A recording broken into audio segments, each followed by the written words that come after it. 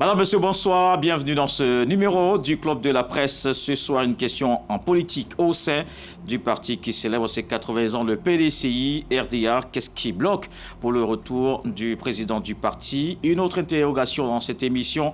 Un médiateur pour approcher AES-CEDEAO, Lassana Kouyaté, peut-il réussir sa mission? On en parle avec nos invités en plateau ce soir.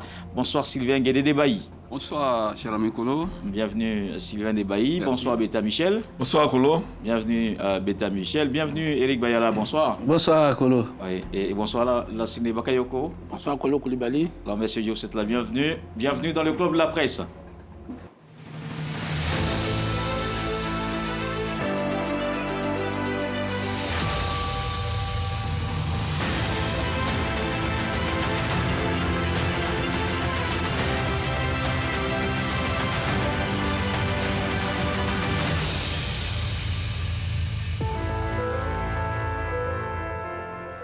C'est toujours l'attente pour nombre de militants et acteurs politiques sur le plan national, le retour du président du PDCI RDA. On en parle avec Davis Oyo et on se retrouve ici en plateau pour les commentaires et analyses. Depuis quelques semaines, le retour du président du PDCI RDA fait l'objet de spéculations. En mars 2025, Tidjane Thiam quittait à nouveau la Côte d'Ivoire pour la France à 7 mois de l'élection présidentielle d'octobre. Raison avancée, radiation de la liste électorale qu'il qualifie de manœuvre politique, harcèlement judiciaire et sa sécurité. Mais son absence physique à l'occasion de la commémoration des 80 ans du parti suscite de nombreuses interrogations. Peut-il continuer de diriger le parti hors du pays? Un retour sans poursuite judiciaire est-il possible? Le 15 avril 2026, par la voix de son porte-parole, le gouvernement affirmait qu'il n'y avait pas d'obstacle à son retour et qu'il jouissait d'une liberté totale. Malgré les assurances gouvernementales, le PDCI RDA craint des poursuites judiciaires et exige des garanties formelles de sécurité de la part du pouvoir. Pour l'heure, l'absence du président du PDCI RDA continue d'alimenter les discussions à l'intérieur du parti comme à l'extérieur. Bon alors messieurs, qu'est-ce qui coince, on va dire tout court, Beta Michel? Qu'est-ce qui coince sur le retour de Thiam? Oui. Mais bon, avant d'aborder la question de qu'est-ce qui coince, moi je voulais d'abord présenter brièvement le président Tidjane Thiam. Parce que c'est important. Voyez-vous, On ne connaît pas suffisamment? Non, beaucoup pensent que... Parce qu'en fonction de la question qui est posée, bien entendu, vous savez, Tidjane Thiam, il fut un des ministres à 33 ans du président Bédié qui, après le coup d'État, souvenez-vous, en 1999, était en mission hors du pays. Donc, le coup d'État, il n'était pas là. Il était en mission hors du pays. Mais il a choisi de rentrer au pays et il a été arrêté par les militaires. Parce que c'était un coup d'État militaire, souvenez-vous. Parce que les gens ont tendance à penser que c'est quelqu'un qui peut s'échapper comme ça quand il y a des situations. Non, c'est quelqu'un de courageux, de déterminé, qui va au-delà même des attentes de ce qu'on attend de lui. Je disais, le coup d'État de 1999, il était hors du pays en mission et il a choisi de rentrer malgré le coup d'État. Il a été arrêté, détenu et relâché. Tidjane Thiam, retenez encore une fois que lorsque la Côte d'Ivoire a été attaquée, la Côte d'Ivoire était dans la grave crise de 2010, il est intervenu pour demander le dialogue entre les partis. Tidjane Thiam est revenu définitivement après le décès du président Bédié. Il a choisi de diriger le PDCI. Il a dirigé le PDCI, il a été élu par la majorité des militants du PDCI à près de 80%. Et lorsque il a décidé de s'éloigner un peu du pays, il est allé en Europe. Quand il est allé, lui-même, il a eu une interview au cours de laquelle il a dit, on lui a dit, qu'est-ce qui t'empêche de rentrer au pays? Il a dit, des informations pertinentes faisaient état de ce que ma sécurité est menacée.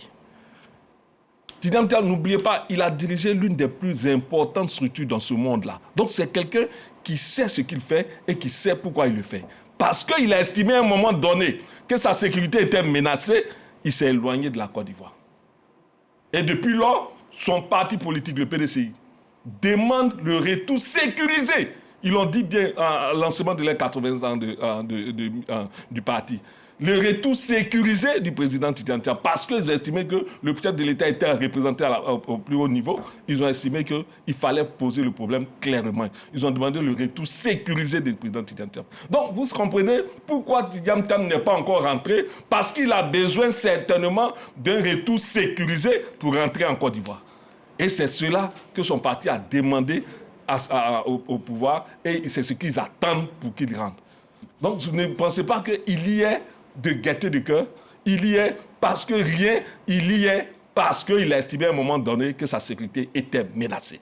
L'enseignant Bakayoko, vous avez entendu les raisons, selon Beta Michel, donc des raisons pour le président du PDCI-RDA de rester hors du pays. Est-ce que vous partagez cet avis? Non, je ne partage pas cet avis parce que on ne devrait pas créer un cadre personnalisé pour Tidjane Thiam. Tidjane Thiam est un citoyen ordinaire comme tout le monde. En tout cas, jusqu'à maintenant, c'est un citoyen comme tout le monde.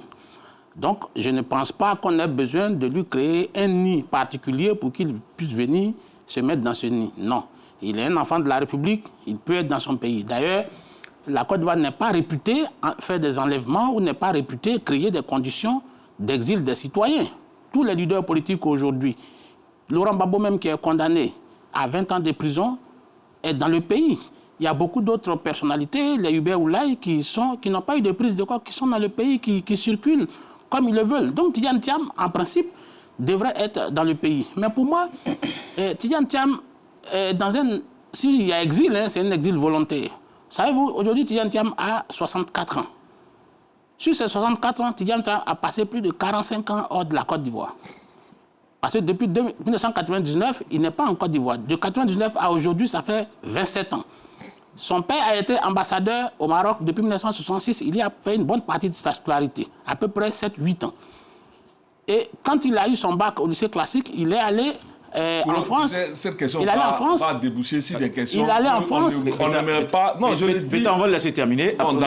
Il allait en France où il a passé presque 8 ans en train de mener ses études supérieures. Donc, quand on fait le ratio, on fait un calcul arithmétique, c'est un grand mathématicien, lui-même il le sait. Il a passé près de 45 ans hors de la Côte d'Ivoire. Donc, en réalité, il est plus à l'aise à l'extérieur qu'en Côte d'Ivoire. Et je crois que c'est ce qu'il est en train de manifester pour que tout le monde sache. Mais je crois que le PDCI doit faire une réflexion en profondeur. Parce que ce qu'ils ne savent pas, ce que le PDCI semble ne pas savoir, c'est que Tidjane Thiam pense qu'il est chez lui, à l'extérieur, qu'en Côte d'Ivoire. Donc pour moi, aujourd'hui, peut-être il faudrait aller le chercher par la force pour l'amener en Côte d'Ivoire pour qu'il puisse venir rester. Sinon, je ne vois pas pourquoi on devrait créer un cadre particulier pour Tidjane Thiam. Parce que tous les citoyens aujourd'hui, le pouvoir en place aujourd'hui, le régime est réputé être un régime qui vraiment tient à la sécurité de ses concitoyens. Aujourd'hui, personne n'est enlevé chez lui, personne n'est attaqué, personne n'est fusillé. Maintenant, ceux qui se mettent en marge de la loi, comme ceux aujourd'hui qui sont aux frais, ceux-là savent réellement qu'ils sont poursuivis pour des délits de droit commun. Maintenant, ce que moi je peux terminer, je me dis quand même, vous savez, souvent, je ne connais pas, en tout cas, je n'ai pas entendu le procureur de la République, ni une autorité gouvernementale, dire qu'il en veut à Tidjane Thiam. Maintenant, vous savez, moi, dans mon village, souvent, quand un enfant a cassé un canari le matin dans la maison, il sait très bien que le soir, il y aura la criée qu'on cherchera à savoir qui a cassé le canari. Peut-être l'allégorie, je ne sais pas si c'est une allégorie ou une métaphore, des 7 jours qu'il avait donné pour pouvoir rentrer en Côte d'Ivoire triomphalement. Mais à minima, même si ce n'est pas une instruction, mais il y a au moins une explication de test. Les Ivoiriens sont en droit d'attendre une explication de test à ce sujet. Les 7 jours, à quoi faisait-il allusion? Les 7 jours c'était pourquoi allait-il rentrer triomphalement? Au minimum, il ne faut pas nier aux Ivoiriens de chercher à avoir au moins une petite explication de test de ce petit temps qu'il a fait juste avant les élections présidentielles, notamment le 18 octobre. Débaï, vous comprenez le PDCI-RDA qui en parle lors de la célébration. Le parti a besoin de son président. Bien sûr, parce que c'est son capitaine, c'est son leader. Voilà, c'est sur Thiam qu'il mise pour arriver au pouvoir, pour la reconquête du pouvoir. Donc c'est tout à fait normal. C'est une question qui est légitime pour le PDCI que d'avoir son président sur le territoire ivoirien. Voilà. Maintenant, quand plus d'1 an après, il n'est pas là, ben, ça doit interroger. Ça doit interroger. Il ne faut pas se limiter aux simplifications de mon ami Bakayoko. Et encore, sinon, ne pas aussi se limiter à ces thèses du faire valoir quant à dire oui, les Hubert Oulaye sont là, ils ne sont pas poursuivis. Je pense qu'il faut poser le problème tel qu'il est Et puis, je suis d'accord avec lui quand il dit qu'il ne faut pas personnaliser le débat. Effectivement, il ne faut pas personnaliser le débat. C'est pour cela qu'il ne faut pas s'arrêter au cas Thiam seulement, parce que nous avons vécu ici une élection présidentielle qui n'était pas du tout pacifique. Voilà, on a vu, avant l'élection, il y a eu des troubles. Et puis bon, après l'élection, il y a eu aussi des emprisonnements. Donc, dans un environnement comme celui-là, quand on a fini, je pense que depuis un moment, ce que l'opposition demande en Côte d'Ivoire, c'est un dialogue. Alors, est-ce que les conditions du dialogue jusque-là sont réunies? C'est non. Et le pouvoir n'en parle même pas. Alors que pour que M. Thiam rentre en Côte d'Ivoire, mais il faut que la situation soit apaisée, parce qu'il y a quand même, quand Bakayoko dit que rien, il n'y a aucune contrainte contre lui, mais je pense que c'est ici que son nom a été rayé de la liste électorale. Et puis, les cadres du pouvoir n'ont pas arrêté de dire qu'il s'inscrit frauduleusement sur la liste électorale. Quelqu'un qui s'est inscrit frauduleusement, mais quand il va arriver, il va falloir qu'il justifie cela au moins. Donc ça, c'est l'une des contraintes. Au total, si Thiam est encore à l'extérieur, c'est qu'il y a non seulement au plan juridique quelques blocages, quelques craintes, et puis il y a au plan même interne, en ce qui concerne le PDCI, vous voyez ces procès qu'on lui intente, ces procès en un point fini. Mais ça ne peut pas être un blocage, parce que quand on regarde la situation telle qu'elle est au sein du PDCI, il est largement majoritaire. Donc, tous ceux qui lui intentent des procès jusque-là, ils ont échoué. Donc ça ne peut pas être un problème. Mais je crois que ce que le PDCI demande, c'est de trouver un point d'accord avec le pouvoir pour que, enfin... On parlera de cette question du dialogue possible ou non. Ok, tout à l'heure. Voilà. Mais il y a des raisons juridiques et des raisons politiques qui font que Thiam est encore bloqué à l'extérieur. Voilà. Et je crois que ce n'est pas la première fois qu'un leader politique gère son parti de l'extérieur. On en parlera tout à l'heure. Et Éric Bayala? Oh, mais... Excusez-moi. La question du retour de M. Tidjane Thiam, président du PDCI, je pense que c'est une question qui ne doit pas être abordée sur langue émotionnelle et sur langue politique. Parce que la Côte d'Ivoire fonctionne comme un État de droit. Et donc, s'il y a des questions liées à son retour, peut-être que ça peut être abordé sur le plan juridique ou bien sur le plan administratif. Mais sur le plan politique, je ne le pense pas. Mais vous savez, sur plusieurs plateaux, nous l'avons indiqué que la prise de parole d'un leader en public doit pouvoir être encadrée par la responsabilité qu'il habite. Parce que quand vous dites que la Côte d'Ivoire sera libérée dans 7 jours, il y a à se poser la question de savoir la Côte d'Ivoire sera libérée de quoi? Donc le mot libération dans une démocratie comme la nôtre est lourd de sens. Et quand on dit qu'on va libérer le pays, laisse à savoir si le pays était-il opprimé, ou est-ce que les institutions en place étaient-elles légitimes ou pas. Et donc, la seule personne qui peut valablement donner du contenu à ces affirmations, c'est le président Thiam. Et donc, s'il tant est-il qu'il est président d'un parti politique et qu'il entend participer à animer la vie politique, il est bien pour lui de rentrer en Côte d'Ivoire au milieu des siens, pour mener le débat politique. Mais en face, il faut qu'ils comprennent que les Ivoiriens ont le droit de comprendre le sens de ces affirmations. Parce qu'on ne défend pas un leader politique dans la rue, encore moins sur des plateaux télé. C'est devant le juge, parce que c'est devant le juge que se construit la vérité. Et donc, nous estimons que cette question relative au retour du président Thiam doit se faire dans un cadre purement légal et qu'on ne se donne pas dans l'émotion ou bien qu'on ne plante pas le contexte purement juridique. Parce que le monde juridique, sinon j'allais dire la vie politique elle-même, ne peut avoir du coffre que si elle est encadrée par les lois. Et donc, quand on fait une telle affirmation à un niveau de responsabilité, je pense qu'il est clair qu'il puisse rentrer et s'assumer. D'où la nécessité de l'explication. Voilà. Oui, c'est Beta Michel qui voulait réagir quand l'enseigné parlait. Non, moi, je ne voulais pas rentrer dans un débat qui ne nous a pas aidé suffisamment en Côte d'Ivoire. Voyez-vous, il parlait de Tidjane Thiam comme quelqu'un qui a vécu plusieurs années à l'extérieur. pour des raisons professionnelles, bien entendu. Mais quand on parle de ceux qui ont vécu hors du pays, qui étaient inconnus dans le pays, mais on peut faire allusion au président Alassane. Quand il est venu ici, les journaux même disaient qu'il était voltaïque parce qu'on ne le connaissait pas. Depuis toute sa formation, on ne le connaissait pas en Côte d'Ivoire.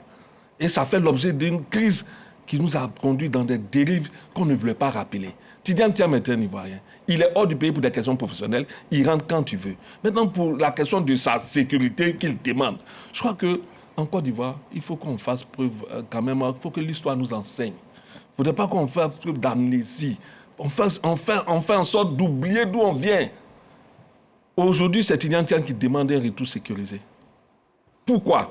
Parce qu'il a estimé à un moment donné que sa sécurité était menacée. Il faut qu'on en tienne compte. Parce que moi, je dis pourquoi il faut qu'on en tienne compte. Parce que Tidiane Thiam, c'est le leader du PDCI d'abord, le principal parti d'opposition en Côte d'Ivoire. Et après ça, c'est quelqu'un qui, c'est pas une personnalité, c'est pas une personnalité qu'on ne connaît pas en Côte d'Ivoire. Depuis 1983, on a présenté Tidiane Thiam comme le premier Ivoirien à rentrer à Polytechnique en Côte d'Ivoire, en France, l'école Polytechnique. C'est vous dire tout son parcours, d'abord en tant qu'étudiant, en tant qu'Ivoirien, en tant qu'acteur politique. Si aujourd'hui, d'habitude, il venait en Côte d'Ivoire comme il voulait, il venait en Côte d'Ivoire quand ça lui chantait, il passait ici, mais incognito. Pourquoi aujourd'hui demande-t-il un retour, son parti demande-t-il un retour sécurisé? Vous pensez que le PDCI, avec tous ces cadres dont il dispose, vouloir demander quelque chose comme ça sans tenir compte de l'environnement?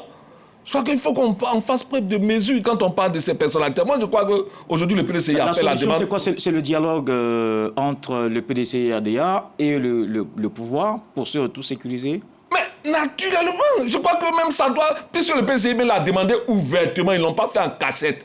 Ils l'ont demandé ouvertement aux yeux de la nation. Le pouvoir s'en saisit pour rassurer les uns les autres et faire revenir Tidiane Thiam dans toute sécurité. Tidiane Thiam est hors du pays. Mais il faut le dire, comme on aime souvent le rappeler, il n'est pas le seul. Il y a d'autres cadres encore hors du pays. Pour quelle raison? On peut se demander pour quelle raison. Mais moi, je crois que comme aujourd'hui c'est de Tidiane Thiam on parle, faisons en sorte que Tidiane Thiam, en tant que leader du parti principal de l'opposition, puisse rentrer en toute sécurité en Côte d'Ivoire et prendre pleinement sa place. Et ça, le pouvoir en est capable. Il faut qu'il le fasse et non pas faire la fine bouche. Bon, vous demandez tous la parole, hein, mais d'abord Lanciné, ensuite Bayala et vous, Sylvain. D'abord, il faut que, Michel Betta, il faut que ce soit clair dans la tête, dans votre tête et dans la tête de tous les amis de Tidiane Thiam.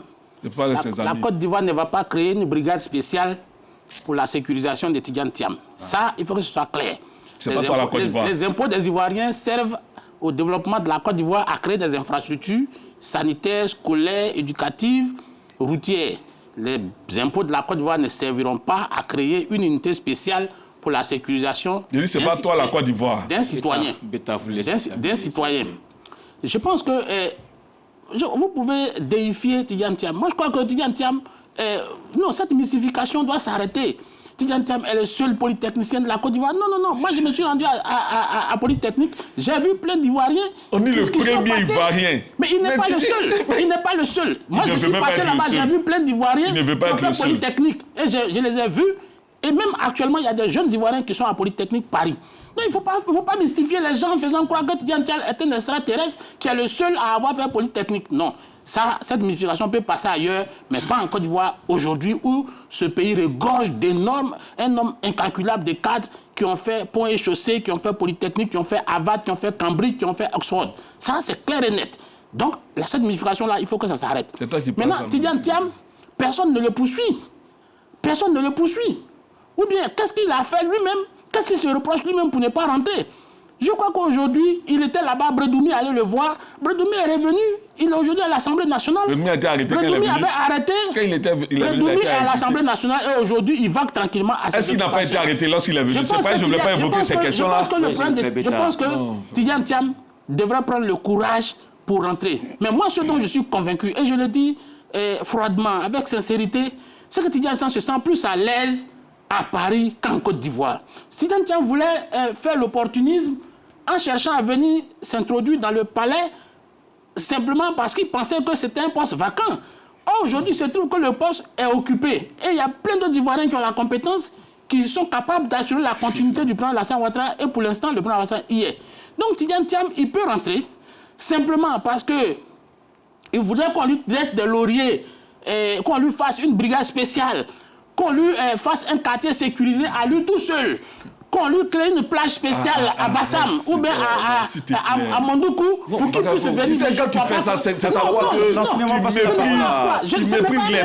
C'est vous qui méprisez les Ivoiriens. C'est vous qui méprisez les Ivoiriens en voulant créer un super homme, un super personnage, un extra-humain pour qu'on puisse lui créer un environnement qui soit autre où les Ivoiriens vivent. Nous, les Ivoiriens, nous vivons sur le territoire ivoirien. Pourquoi voudrais-tu qu'on crée un paradis spécialement pour quelqu'un?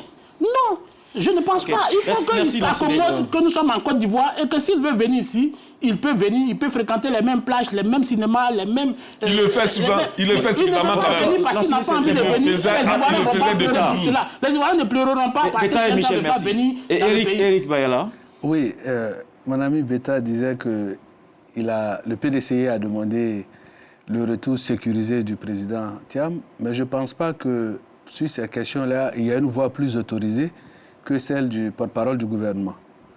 Le ministre Amadou Koulibaly, ministre de la Communication et porte-parole du gouvernement, l'a si bien indiqué. Il a dit que pour l'instant, M. Tidjane Thiam peut rentrer en Côte d'Ivoire quand il veut. Je ne sais pas quel est le gage de sécurité, à quel niveau cette sécurité que réclame le PDCI se situe, mais je pense que le gouvernement a déjà dit clairement que M. Tidjane Thiam peut rentrer. Mais je dis, il faut que le langage de vérité se tienne au sein du PDCI RDA. Moi, à l'occasion de son adresse, lors de la cérémonie marquant le 80e anniversaire du PDCI en présence des autres partis politiques, j'avais dit que le message que j'ai entendu de M. Tidjane Thiam, c'était une remise en cause voilée de quelqu'un qui était en train de négocier pour un retour en Côte d'Ivoire. Mais qu'il ait le courage, clairement, d'aborder la question, de l'adresser pour dire que je reconnais avoir posé un acte manqué vis-à-vis de la sûreté de l'État et que je négocie et donc mon retour. Parce que je l'ai dit, en toute conscience, la question même lui a été posée. Parce que la question fondamentale qui fait que, selon moi, que M. Tidjane Thiam n'est pas encore entré en Côte d'Ivoire, c'est relatif à ses prises de parole. Parce qu'on sait très bien, dans le mois d'octobre, les crises, sinon les tensions que l'opposition a eu à mener. Et le PDCI était en alliance avec le PPACI dans ce qu'on a appelé le Front commun. Et donc chacun avait sa part de responsabilité, ils étaient dans un jeu de rôle.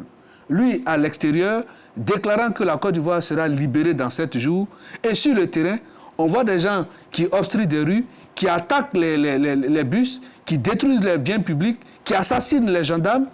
Et de l'autre côté, on voit un leader qui est dans cette même coalition qui déclare que le pays sera libéré dans 7 jours. On n'a pas besoin de faire polytechnique pour comprendre qu'il y avait une corrélation flagrante entre ceux qui agissaient de façon locale et lui qui était le porte-voix de cette coalition, sinon de ce front commun à l'extérieur.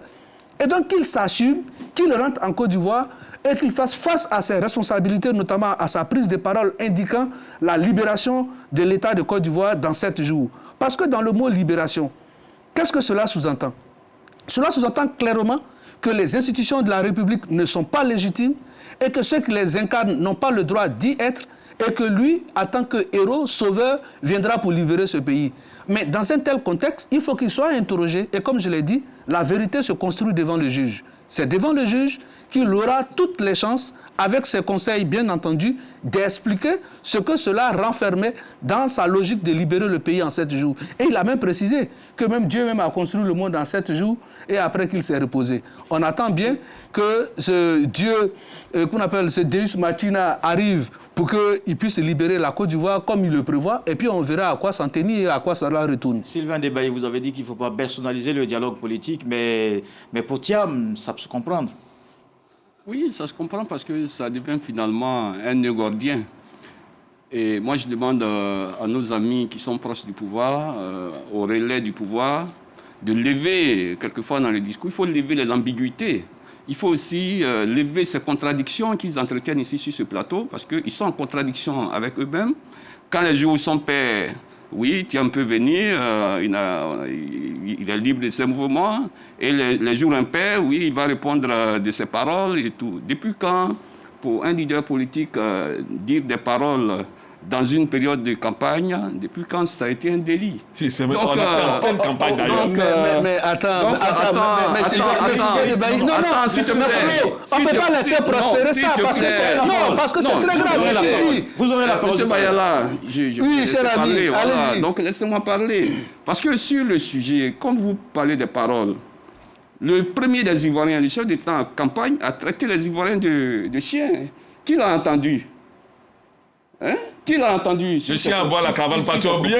Non, tu fais d'abord. C'est un donc, il le pays en campagne.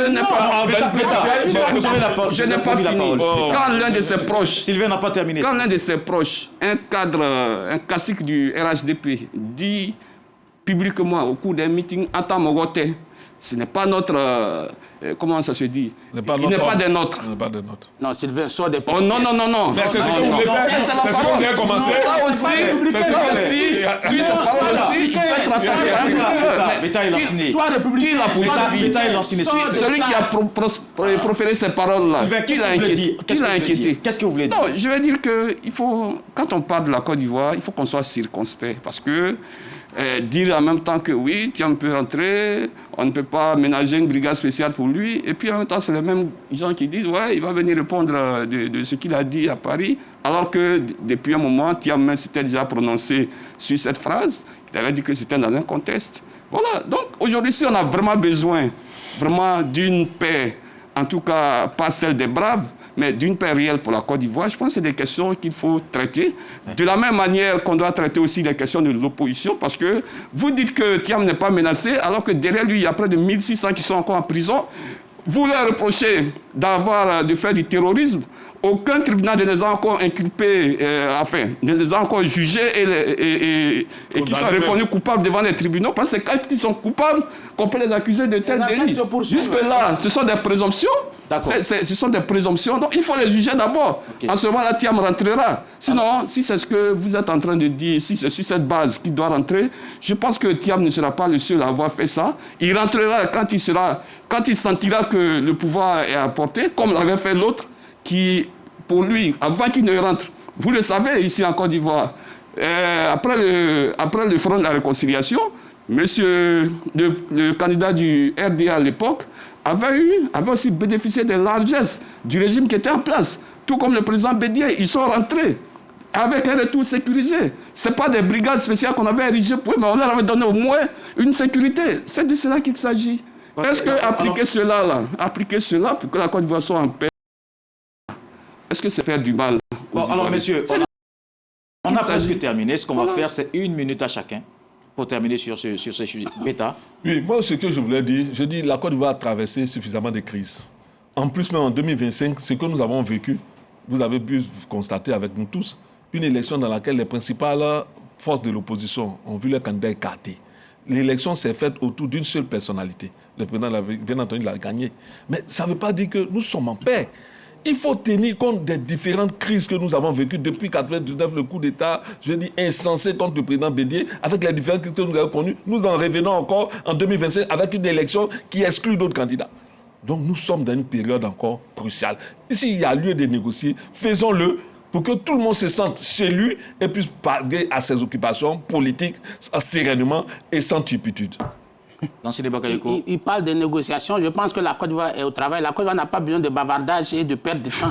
Aujourd'hui, il n'y a pas de négociation spéciale à engager. Donc le disait avant lui. La Côte d'Ivoire avant Captain disait, d'autres l'ont dit. Après Captain disait, d'autres l'ont dit. Terminé pour La Côte d'Ivoire n'est pas en crise. Les institutions de la Côte d'Ivoire peuvent récupérer les problèmes qui peuvent subsister au sein de la population et les gérer dans le cadre des institutions. Il n'y a pas de dialogue spécial, ce que j'ai appelé le bavardage inutile à organiser pour perdre de temps, alors que les Ivoiriens ont élu le président Alassane Ouattara pour un mandat de 5 ans. Il est en train d'implémenter le programme pour lequel il a été élu et on veut venir distraire de ce temps-là quelques mois ou bien quelques années pour un hypothétique dialogue politique. Je crois que les gens doivent se mettre dans les rangs, doivent accepter que les institutions fonctionnent. Tidjane Thiam doit comprendre qu'il peut rentrer dans son pays. Maintenant, s'il se reproche des choses, ça, ce n'est pas de la responsabilité des autorités en place. C'est de sa propre responsabilité et je pense que la voie est ouverte, il peut rentrer et personne ne le poursuit ici. Éric Bayala.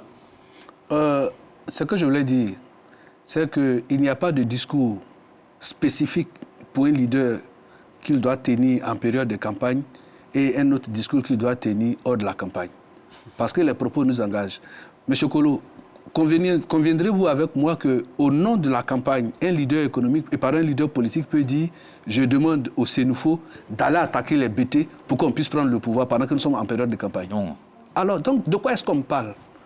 De quoi est-ce qu'on parle quand on dit que le discours était spécifique à la campagne? Je dis qu'un leader d'opinion, dans sa prise de parole qui revient dans le domaine public, doit pouvoir habiter sa responsabilité de leader dans la tenue du propos qu'il doit avoir. Tenir des propos avec mesure. On ne peut pas dire, revendiquer, comme M. Betta l'a dit, qu'il a fait Polytechnique. Justement, je salue à lui seul le caractère cuistre de l'homme. Mais on ne peut pas se prévaloir de ça et puis tourner dans un discours qui porte atteinte aux institutions de la République. Et face à ça, il faut qu'il se mette dans la posture de quelqu'un qui doit rentrer en Côte d'Ivoire. Maintenant, si le procureur de la République, qui a l'opportunité des poursuites, estime qu'il n'a pas pour lui à rester en justice, ça sera tout bénéf pour lui et le PDCI avec. Sinon, le procureur a la latitude, au regard de l'observation que nous autres, nous avons fait de son propos, de le convoquer et de l'entendre. C'est juste une demande d'explication. Juste une demande d'explication. C'est terminé. Une demande d'explication. Je salue mon ami Bayala, pour son attachement à la République. Voilà, l'avocat de la République qu'il est. Et cet acharnement qu'il a contre Thiam, c'est Thiam seul qui doit passer devant les tribunaux en Côte d'Ivoire ici. Bon, ça. On connaît d'autres. Mais je pense que nous étions il y a 2 jours de cela à la conférence Risque Pays organisée par Bloomfield. Et là-bas, j'avais entendu Charles Blé Goudé déclarer que quand un avion tombe, on cherche la boîte noire. On cherche la boîte noire pour savoir ce qui s'est passé pour que ce crash soit passé. Mais en Côte d'Ivoire, on ferme les yeux sur ce qui s'est passé et on pense qu'on est en train de construire un avenir. La boîte noire a été trouvée. Il dit que le président... Ils nous disent que le président Alassane Ouattara est en train de dérouler son programme. Moi, je suis bien heureux. Mais je pense que quand on regarde aussi ce programme, il y a le volet de la cohésion sociale.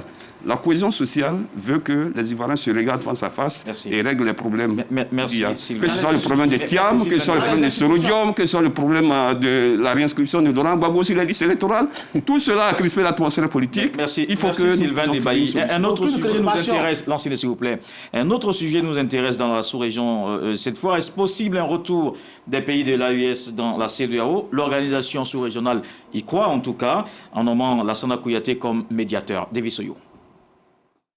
La communauté économique des États de l'Afrique de l'Ouest, CEDEAO, nomme Lansana Kouyaté comme négociateur entre l'Alliance des États du Sahel, AES, et elle. L'ancien Premier ministre de Guinée a pour mission de rebâtir la confiance entre les deux parties pour garantir la stabilité sous-régionale. Pour réussir sa tâche, Lansana Kouyaté a été reçu en audience le jeudi 30 avril dernier par le président de la République du Côte d'Ivoire, Alassane Ouattara. Au cœur des échanges, conseils et orientations de la part du chef de l'État ivoirien. Des discussions jugées sincères et constructives par le nouveau médiateur de la CEDEAO. Des conseils que Lansana Kouyaté qualifie d'importants avant de visiter le Niger, le Burkina Faso et le Mali. D'ailleurs, sa nomination intervient dans un contexte où l'un des États membres de l'AES, le Mali, est en alerte maximale. Le pays fait face à des séries d'attaques du groupe de soutien de l'islam et des musulmans affiliés à Al-Qaïda avec les rebelles touaregs maliens du Front de libération de l'Azawad.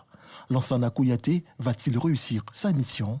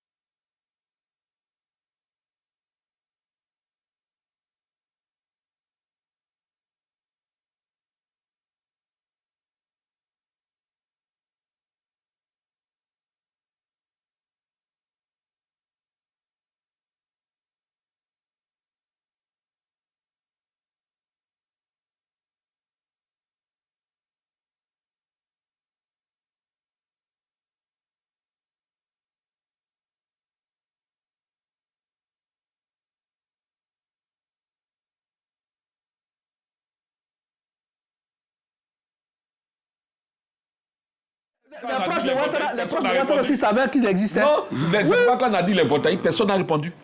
Non, mais c'est des faits. Faut pas dire que personne n'a répondu. La première personne même qui a défendu ce dossier-là, c'est Laurent Gbagbo. Qui a dit que, quand on a venu dire que Ouattara est voltaïque, là, qu'il ne faut pas qu'on dise que le gouvernement. C'est Gbagbo lui-même qui était le premier. C'est parti. Alors, Ok, c'est bon. non, il ne faut pas dire qu'il n'y a pas quelqu'un pour défendre ça, c'est faux. On reprend.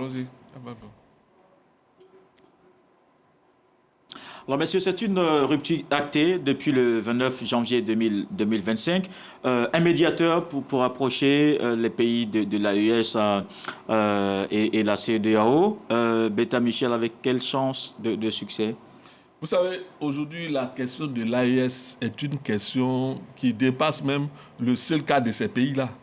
La CEDEAO ne peut pas être en dehors de ces questions-là. Vous constatez, malheureusement, aujourd'hui, le Mali, qui est un des pays de l'AES, est presque un pays failli. Avec les récentes attaques des djihadistes, on n'est plus à un niveau même où on peut parler de Mali comme un État. Les institutions, je me demande si les institutions fonctionnent. Parce que nous, ce qu'on entend ici aujourd'hui, les terroristes ont pris une bonne partie du pays, ils ont occupé les camps militaires. Comment on se défend contre ces terroristes-là? Donc, l'apport de la CEDEAO est déterminant.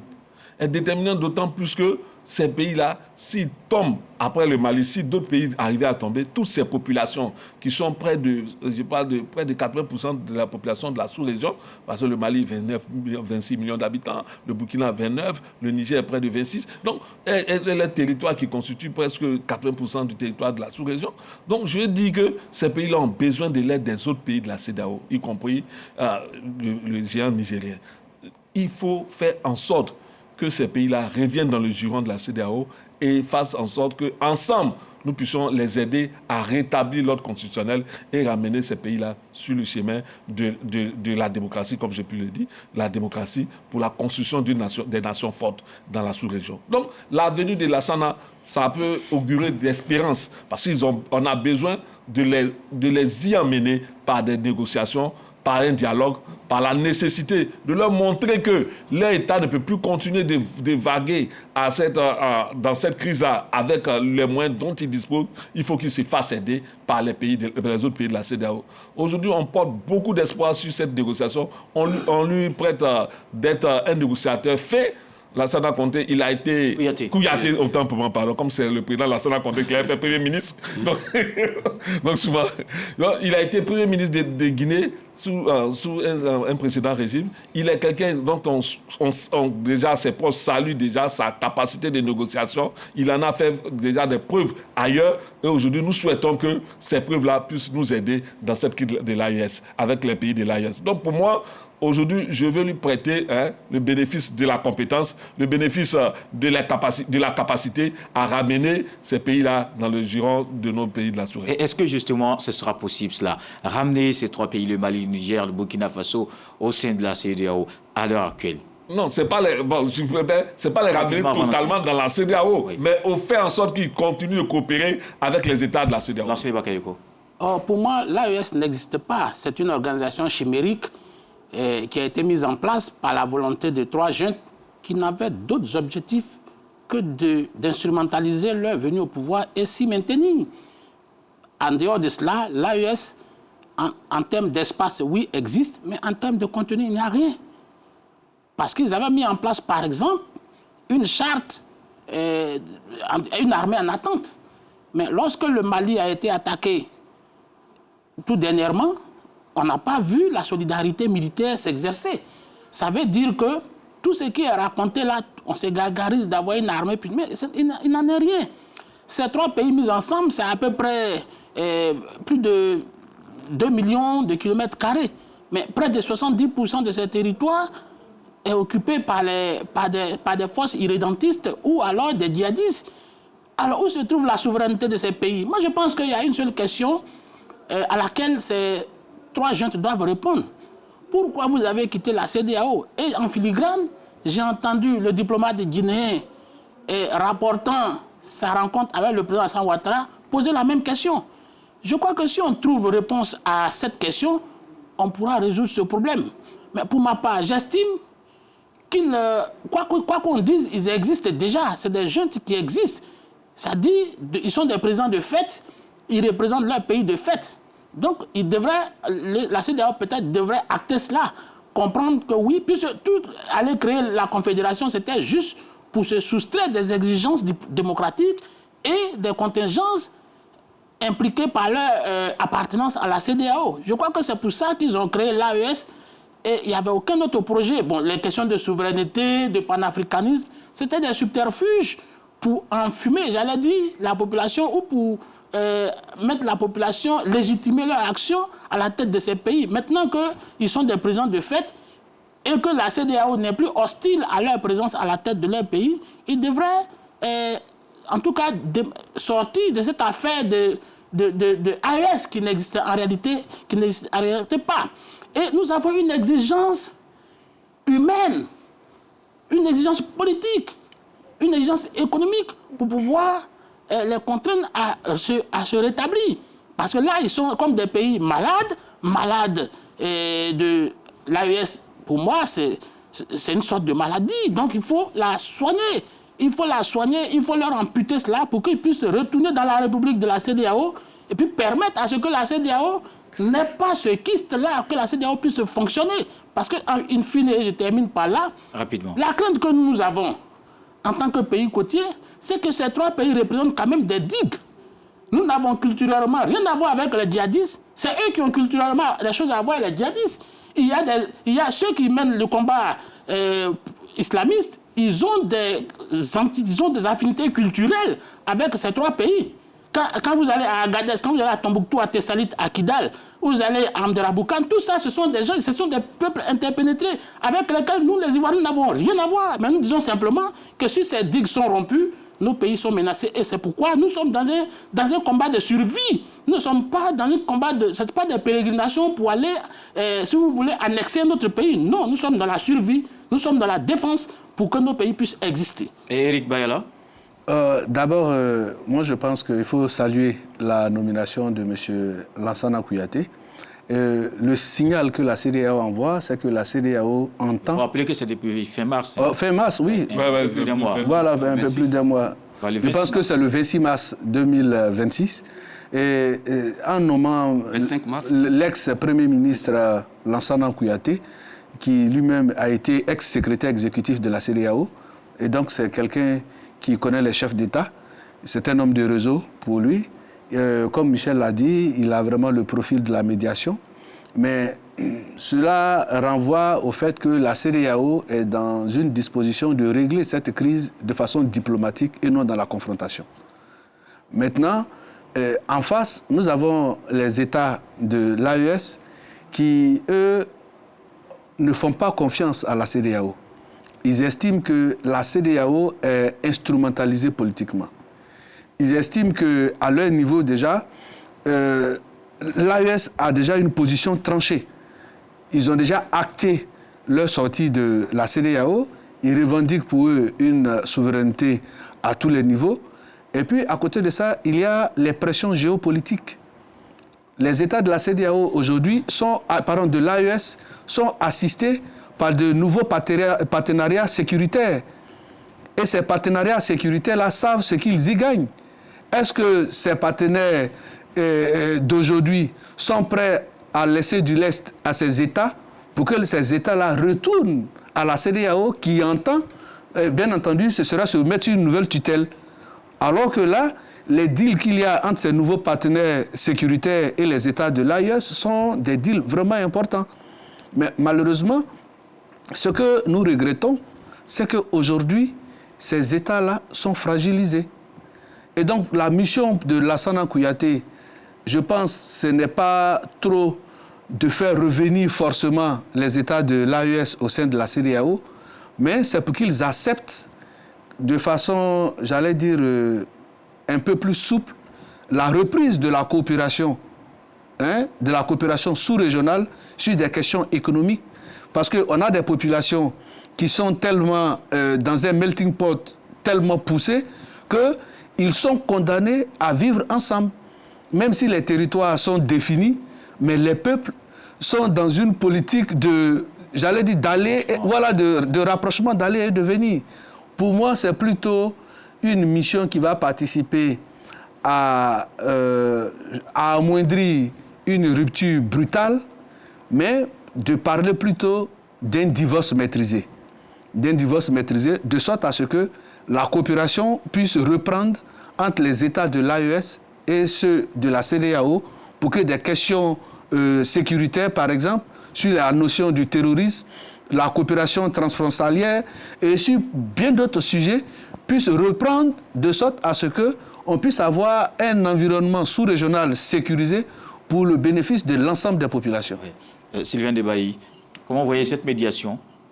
Oui, je crois que je suis d'avis. Je suis d'avis avec mon confrère Bayala, qui a parlé comme un diplomate. Voilà, contrairement à mon ami Bakayoko, qui lui ne fait pas du tout bon ménage avec Lansana Kouyaté, parce que si c'est cette posture de nier les évidences qu'il va entretenir à l'État de l'AES, ils vont le renvoyer très vite. Voilà. Cela dit, c'est une mission de bons offices que je qualifierais peut-être de mission difficile, mais pas impossible. Pas impossible. On a vu, les amis ici l'ont décrit tout à l'heure, le profil de l'homme. Ancien Premier ministre, ancien diplomate, parce qu'il ne faut pas aussi oublier qu'il a travaillé à l'ONU, et donc il a travaillé sur les questions de médiation, etc. Et donc, il a un bon profil. Mais ici, je crois que la mission que lui confie le président de la Sierra Leone, le président de la CEDEAO, a 3 volets. Il s'agit de rapprocher les positions, d'explorer les voies d'un retour de ces 3 pays, et enfin, à défaut, d'encadrer une séparation sans rupture brutale. Et pour ma part, je pense que c'est cette dernière option-là qui est fort probable. Je ne présage pas l'issue de sa mission. Je sais que c'est un fin diplomate, il saura trouver les mots. Mais quand on regarde aujourd'hui l'évolution des choses, ils sont très loin, les États de l'AES, ils sont très loin dans leur organisation. Quelqu'un dit que... Ils ne sont pas loin. Quelqu'un dit qu'on ne les a pas vus. Ils n'ont même pas recommencé. S'il vous plaît. Quelqu'un dit qu'on ne les a pas vus, on n'a pas vu la solidarité fonctionner lors de l'attaque de Bamako. Mais je pense que cette solidarité-là, elle a fonctionné. Et elle continue même de fonctionner. Voilà, il n'y a qu'à lire des articles sur cette attaque. Et vous verrez que les autres n'ont pas laissé faire. Il y a même que, comment on appelle, au Niger, pas plus tard que hier, je crois qu'ils ont décrété une journée de prière et de jeûne pour réussir le combat contre... Non, mais s'il vous plaît, vous n'allez pas négliger la prière. Ça fait partie. Vous n'allez pas négliger la prière. C'est une affaire militaire. C'est pas la prière, le jeune qui vont libérer. Mais il faut Dieu aussi. Oui, et je termine pour dire que les Saintes Écritures disent que il est bon pour des frères d'être ensemble. La CEDEAO et les États de l'AES se connaissent très bien. Nous sommes les mêmes Africains, les Ouest-Africains, nous avons les mêmes intérêts, nous avons été ensemble hier. Ce sont des problèmes géopolitiques, des problèmes économiques, etc., qui ont fait aujourd'hui qu'il y a eu une rupture. Et pour que les fils du dialogue soient recousus, je crois qu'il y a quand même quelques conditions. Est-ce que la CEDEAO s'est réformée? Parce que l'un des axes pour lesquels l'AES a été créée, c'est que l'AES reproche aux États de la CEDEAO de n'être pas suffisamment souverains, là où ils ont embouché aujourd'hui le vocable de la souveraineté. Mais justement, qu'est-ce qui va se passer du côté de l'AES? Est-ce que vous pensez que c'est une sorte de main tendue que l'AES va saisir? Et la question, ce sera pour vous tous, messieurs. Non, moi je pense qu'ils n'ont pas d'autre solution. C'est irréversible. Il faut qu'ils saisissent cette main-là. Vous imaginez, moi je me demande quelle sera la suite de l'attaque djihadiste au Mali. Est-ce qu'ils vont commencer à attaquer le Burkina? Est-ce qu'ils vont commencer à attaquer le Niger? C'est la grande question que moi je me pose. C'est l'objectif. Non, mais je dis, donc, vu ce qui s'est passé au Mali, où l'État n'a même pas pu réagir, au point qu'ils sont arrivés à Bamako si facilement, ils ont pris Kigali, les forces même qui étaient là pour les défendre n'ont presque pas réagi. Bref, pour dire que la situation que nous a donné à voir le Mali après l'attaque djihadiste donne à craindre que les autres États ne soient pas à la hauteur.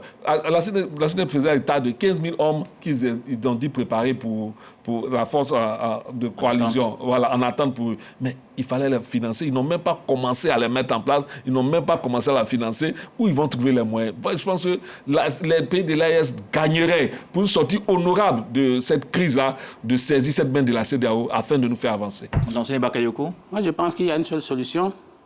Les pays, ces 3 pays doivent abandonner leur projet d'AES, qui est une organisation fantoche, et ils doivent accepter de revenir dans la CEDEAO.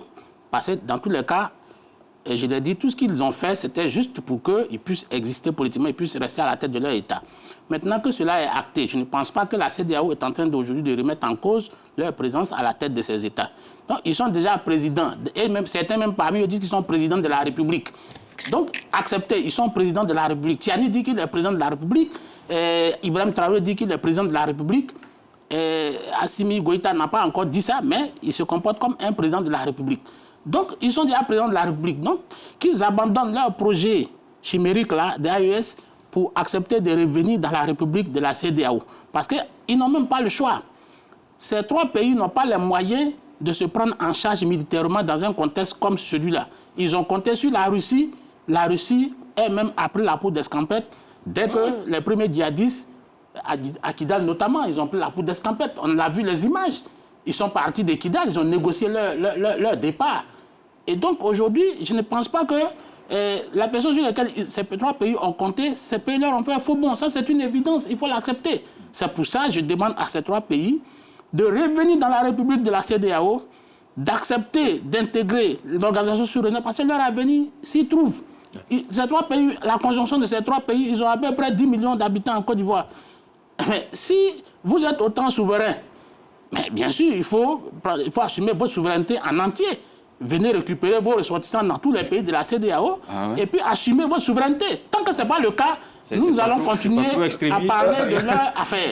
Bon, Éric Bayala. Oui, moi je pense que c'est une belle occasion pour ces 2 entités de pouvoir accepter de se mettre autour d'une même table. Parce que les questions auxquelles sont en proie ces 3 pays diffèrent d'une nation à une autre. On parle de la souveraineté dans ces 3 pays, mais prenez le Mali. Aujourd'hui, au Mali, vous avez le FNLA, le Front pour la libération de l'Azawad, qui lui parle d'une occupation territoriale, qui veut donc sa souveraineté à partir de Kidal jusqu'à Tombouctou-Gao, pour aller vers le nord du Mali. Et de l'autre côté, vous avez le JNIM, qui lui revendique un pouvoir politique pour asseoir la charia. Donc il y a 2 entités qui combattent les autorités en place au Mali. Et donc d'une part, qui remet en cause même la souveraineté sur l'ensemble du territoire malien avec l'Azawad, et d'autre part, vous avez le JNIM qui est en action. Le JNIM est encore très opérationnel aussi bien au Burkina qu'au Niger.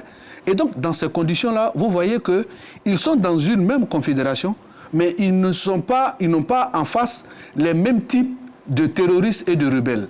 Et donc, ce qui fait qu'ils ne peuvent pas asseoir volontairement une politique commune pour pouvoir défendre leurs intérêts. D'autant plus que d'un pays à un autre, on voit que les rebelles en place revendiquent un certain nombre de projets qui n'ont absolument rien à voir avec le reste des autres pays de l'AES. Ici, vous avez la CEDEAO qui, à elle seule, a un ensemble géographique qui participe à mettre en place un grand marché de consommateurs. Donc, il y a une ligne qui englobe tous les États de la CEDEAO. Aujourd'hui, en ce qui concerne les questions de gouvernance, en ce qui concerne les questions de sécurité, de diplomatie, avec le libre passage des personnes et des biens dans l'espace CEDEAO. Donc, au niveau de la CEDEAO, le bloc est d'autant plus homogène. Au point où, quand il y a eu l'attaque au Mali, il y a un colonel malien qui a dit que c'est vraiment désolant de voir dans quelle situation se trouve le Mali. Il est sûr que si le Mali avait demandé de l'aide au Nigeria, à la Côte d'Ivoire, au Bénin et au Togo, c'est sûr que cette aide-là serait venue. Mais malheureusement, la Côte d'Ivoire dit qu'elle est prête à apporter de l'aide si et seulement si ces pays s'adressent à la CEDEAO pour que la CEDEAO puisse coordonner l'ensemble de son intervention. Sylvain, en une minute rapidement. Oui, je pense que sur la question de l'attaque au Mali, il faut se départir des propos propagandistes. Il faut se ramener à la réalité.